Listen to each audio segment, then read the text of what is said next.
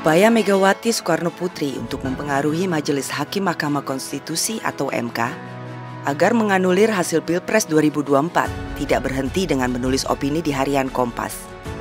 Melalui para punggawanya, Ketua Umum PDIP yang bernafsu menggagalkan keterpilihan Prabowo Gibran itu mengajukan permohonan amicus curiae atau sahabat pengadilan dengan tujuan agar MK mengikuti keinginan Mega dan kubunya dalam mengambil keputusan.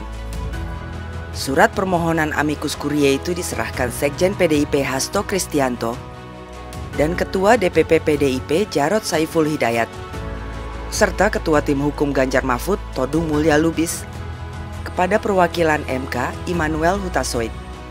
Bersama surat permohonan itu juga diserahkan tulisan tangan Mega dengan tinta merah yang viral di berbagai media sosial. Amicus curiae atau sahabat pengadilan merupakan konsep hukum yang memungkinkan pihak ketiga yang berkepentingan dalam suatu perkara untuk memberikan pendapat hukumnya kepada pengadilan guna dijadikan pertimbangan hakim dalam mengeluarkan keputusan. Pihak ketiga yang dimaksud adalah pihak yang independen alias pihak yang tidak ikut bersengketa. Maka disinilah letak keanehannya. Megawati merupakan salah satu pihak yang ikut bersengketa dalam perselisihan hasil Pilpres 2024.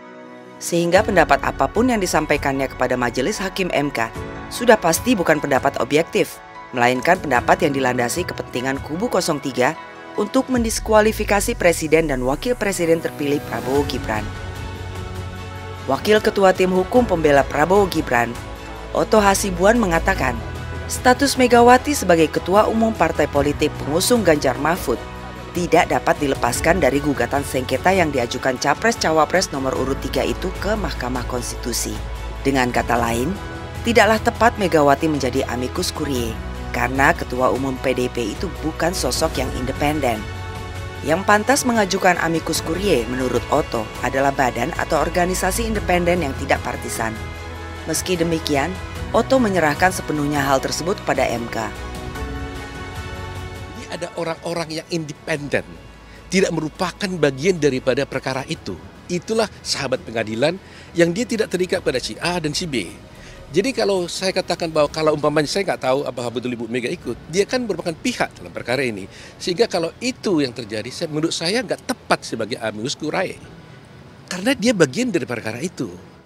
Jika menilik prinsip-prinsip amicus curiae yang dianut secara universal, tentunya para majelis hakim Mahkamah Konstitusi tidak akan memenuhi permintaan Megawati yang sangat personal dan memihak itu. Ada 96 juta lebih rakyat Indonesia yang secara faktual telah memilih Prabowo Gibran. Fakta ini tentunya akan menjadi pertimbangan penting para hakim MK dalam mengambil keputusannya, sehingga tidak akan mendahulukan kepentingan perorangan dan kelompok. Selain Megawati, Badan Eksekutif Mahasiswa atau BEM dari 4 perguruan tinggi negeri, yaitu Universitas Gadjah Mada, Universitas Diponegoro, Universitas Airlangga, dan Universitas Pajajaran juga mengirimkan amicus curiae kepada MK. Para perwakilan BEM itu menyampaikan poin-poin untuk dijadikan bahan pertimbangan para hakim MK untuk berbuat seadil-adilnya. Namun lagi-lagi ada yang aneh dalam poin-poin yang mereka ajukan. Para perwakilan mahasiswa itu meminta MK untuk membatalkan keputusan KPU tentang hasil pemilihan umum 2024 dan meminta MK untuk memerintah KPU untuk menyelenggarakan pemilu ulang. Permintaan ini tidak ada bedanya dengan permintaan kubu paslon Capres-Cawapres 01 dan 03. Mengutip kembali ucapan Otto Hasibuan tadi, bahwa yang layak mengajukan amicus curiae adalah badan independen yang tidak partisan, maka poin-poin yang diajukan perwakilan BEM dari 4 perguruan tinggi negeri tersebut tampaknya patut dipertanyakan karena ada poin-poin yang senada dengan tuntutan kubu 01 dan 03.